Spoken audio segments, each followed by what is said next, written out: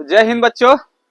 आज हम लोग लेके आए हैं संस्कृत का नया चैप्टर से स्टार्ट होने जा रहा है 2027 में। जो भी बच्चा एग्जाम देने वाले हैं तो उसके लिए अम्बेडकर कोचिंग सेंटर आज नया चैप्टर संस्कृत का स्टार्ट करने वाला है। जो सब पढ़ना चाहते हैं सबको कंटेंट अच्छा सा मिलेगा। तो अम्बेडकर कोचिंग सेंटर का लिंक है आपका यूट्यूब में, आप सब्सक्राइब करिए और पढ़िए।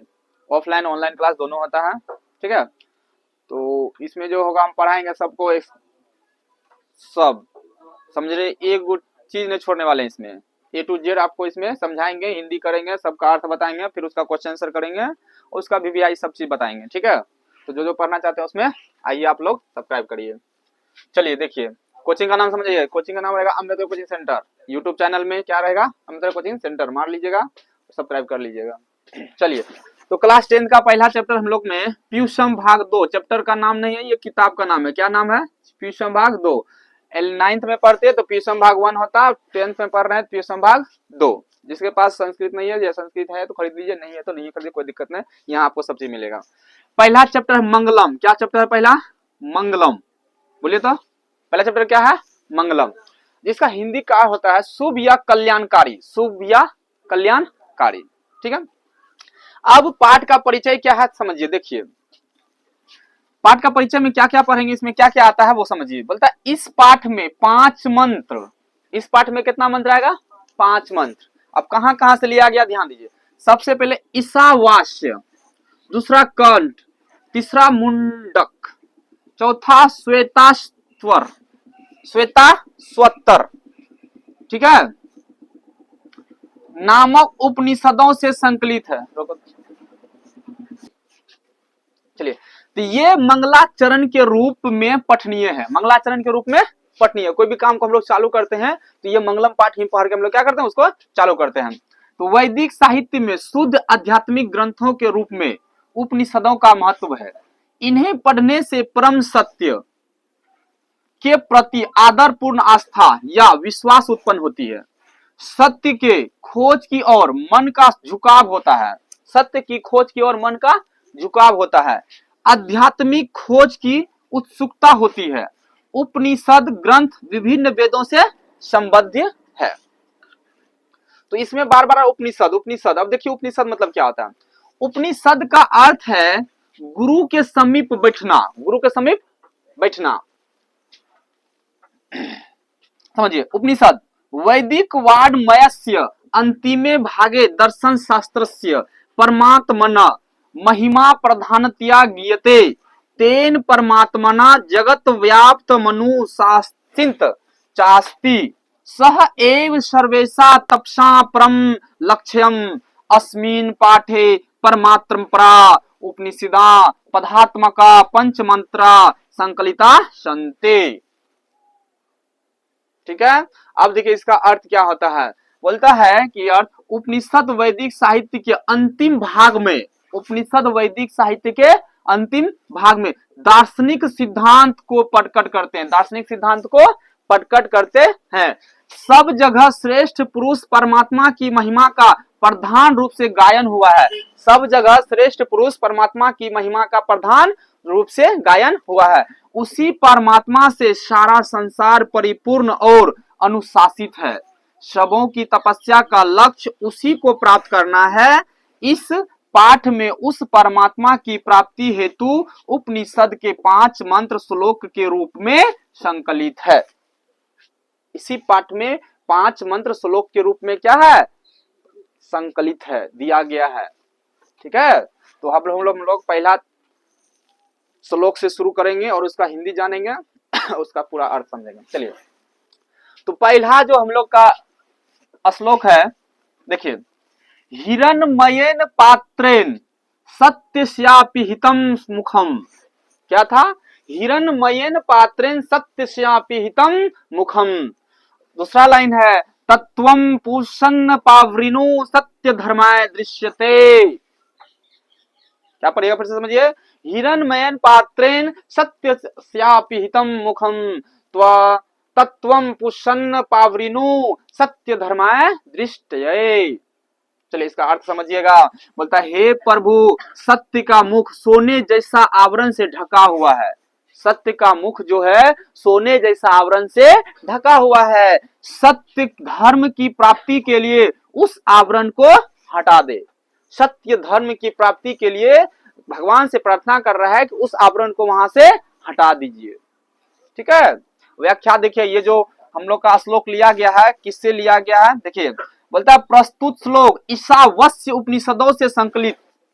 प्रस्तुत श्लोक, ये जो श्लोक है वो ईशावास्य उपनिषद से संकलित तथा मंगलम पाठ से उद्धृत है। मंगलम पाठ से उद्धृत है। इसमें सत्य के विषय में कहा गया है, इसमें सत्य के विषय में कहा गया है कि सांसारिक मोह माया के कारण विद्वान भी उस सत्य की प्राप्ति नहीं कर पाते हैं।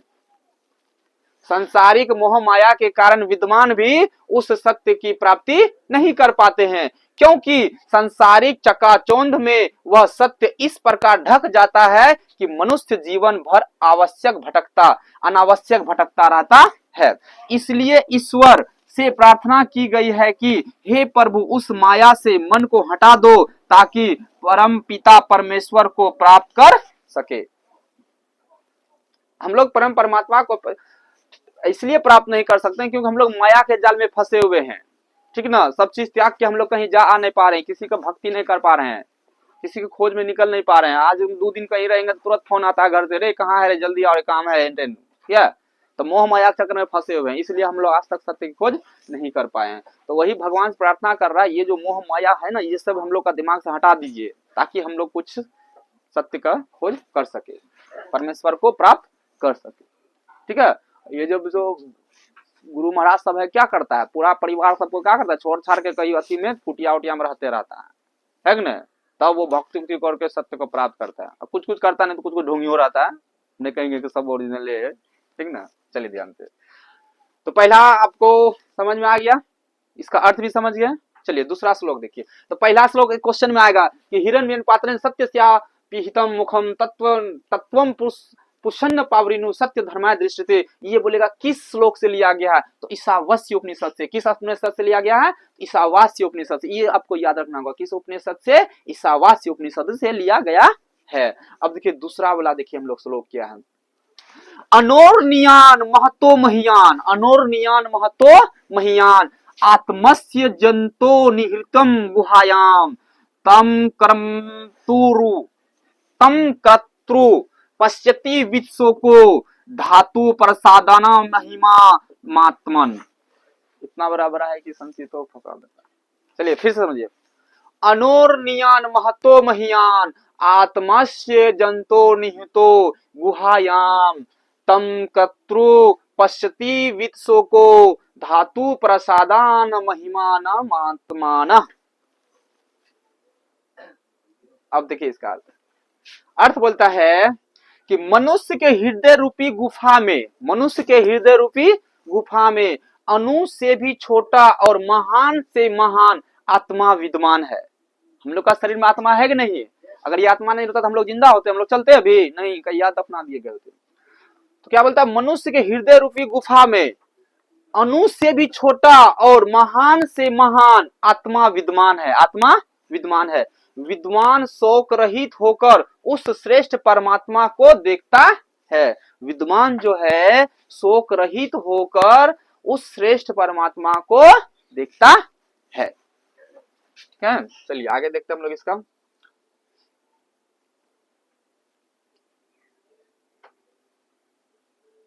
अब उसका व्याख्या समझिए उस लाइन का। तो बोलते प्रस्तुत श्लोक कठ उपनिषद से संकलित है। पहला था श्यावस्य से, क्या था, ईशावास्य से। किसका था पहले, ईशावास्य। और दूसरा किससे है, कठ से। किससे है, कठ से। ठीक ना। तो प्रस्तुत श्लोक कठ उपनिषद से संकलित तथा मंगलम पाठ से उद्धृत है। इसमें आत्मा के स्वरूप तथा निवास के विषय में बताया गया है। पहला जो है उपनिषद ईशावास्य से लिया गया था और दूसरा उपनिषद जो था कठ से लिया गया है। और इसके बारे में यहाँ बताया है कि मनुष्य के हृदय में जो आत्मा है उसके बारे में वहां अच्छा से बताया गया है। ठीक है, मनुष्य के हृदय में आत्मा का निवास करता है। चलिए और देखिए समझिए। विद्वानों का कहना है कि आत्मा मनुष्य के हृदय में सूक्ष्म से भी सूक्ष्म तथा महान से भी महान रूप में विद्यमान है। जब जीव सांसारिक मोह माया का त्याग कर हृदय में स्थित आत्मा से साक्षात्कार करता है, तब उनकी आत्मा महान परमात्मा से मिल जाती है और जीव सारे सांसारिक बंधनों से मुक्त हो जाता है। इसलिए भक्त प्रार्थना करता है कि हे प्रभु, हमें उस अलौकिक प्रकाश से आलोकित करो कि हम शोक रहित होकर अपने आप को उस महान परमात्मा में एकाकर कर सके। हमको तो दूसरा श्लोक किससे लिया था? कठ से लिया गया। किससे लिया था? कठ से। और कठ में ये जो हम लोग श्लोक पढ़े उसमें बोला था कि हम लोग का जो शरीर में एक बहुत छोटा से छोटा और महान से महान आत्मा होता है, ठीक है, उसको जो है उसमें निवास करता है हम लोग का आत्मा। हम क्या, हम लोग का शरीर में वो आत्मा निवास करता है और बोलता है हम लोग तभी परमात्मा को प्राप्त कर सकते हैं जब हम लोग उससे क्या करते हैं कि हम लोग का ये बताइए कुछ, संसारिक मोह माया से, समझ रहे हो ना, उससे हम लोग हट के जब तक बाहर नहीं आएंगे तब तक हम लोग परमात्मा को प्राप्त नहीं कर सकते। ठीक है, चलिए देखिए ध्यान से। अब तीसरा श्लोक देखिए, ये तीसरा श्लोक क्या है देखिए, बोला सत्यमेव जयते नानृतम, सत्यमेव जयते नानृतम, सत्येन पंथा विततो देव्यान येना क्रमणन्त्यस्यो हायापत्त कामा यत् तत् सत्यस्य परम निधानम। समझो, सत्यमेव जयते नानृतम, सत्येन पंथा विततो देवयाना येना क्रमणन्त्यस्यो हायापत्त कामा यत् तत् सत्यस्य परम निधानम। इसका हिंदी समझो, बोलते सत्य की ही जीत होती है, सत्य की ही जीत होती है, झूठ की नहीं, झूठ की नहीं। सत्य से ही देवलोक का रास्ता प्राप्त होता है, सत्य से ही देवलोक का रास्ता प्राप्त होता है। ऋषि लोग देवलोक को प्राप्त करने के लिए उस सत्य को प्राप्त करते हैं जहां सत्य का भंडार है, जहां सत्य का भंडार है। ठीक है, अब व्याख्या उसका समझिए। व्याख्या बोलता है कि प्रस्तुत श्लोक मुंडक उपनिषद से लिया गया। तीसरा श्लोक किससे लिया गया? मुंडक उपनिषद से। दूसरा किससे लिया था? कठ से लिया गया था। पहला किससे लिया गया था? ईशावास्य से लिया गया था। तो ध्यान दीजिए, जो तीसरा श्लोक पढ़े हम लोग, इसका जो है प्रस्तुत श्लोक मुंडक उपनिषद से संकलित तथा मंगलम पाठ से उद्धृत है। इसमें सत्य के महत्व पर प्रकाश डाला गया। इस श्लोक में सत्य के महत्व पर क्या किया गया है? प्रकाश डाला गया है। ध्यान दीजिए, ऋषियों का संदेश है कि संसार में सत्य की ही जीत होती है। ऋषि मुनियों सबका क्या संदेश है? कि संसार में सत्य का ही जीत होती है, असत्य या झूठ की नहीं, असत्य या झूठ की नहीं।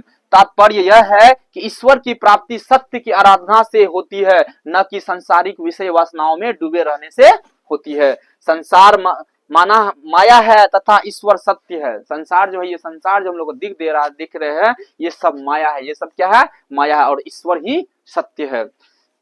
अतः जीव जब तक उस सत्य मार्ग का अनुसरण नहीं करता है तब तक वह सांसारिक मोह माया में जकड़ा रहता है, तब तक वह सांसारिक मोह माया में जकड़ा रहता है। इसलिए उस सत्य की प्राप्ति के लिए जीव को सांसारिक मोह माया से दूर रहने वाला भाव से कर्म करना चाहिए, क्योंकि सिर्फ ईश्वर ही सत्य है, ईश्वर ही सत्य है। इसके अतिरिक्त सब कुछ असत्य है। बस एक भगवान भी सत्य है, बाकी बस सब क्या है?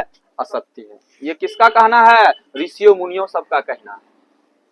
तो तीसरा श्लोक खत्म हो गया, जो कि किससे लिया गया था? मुंडोपनिषद से। किससे लिया था?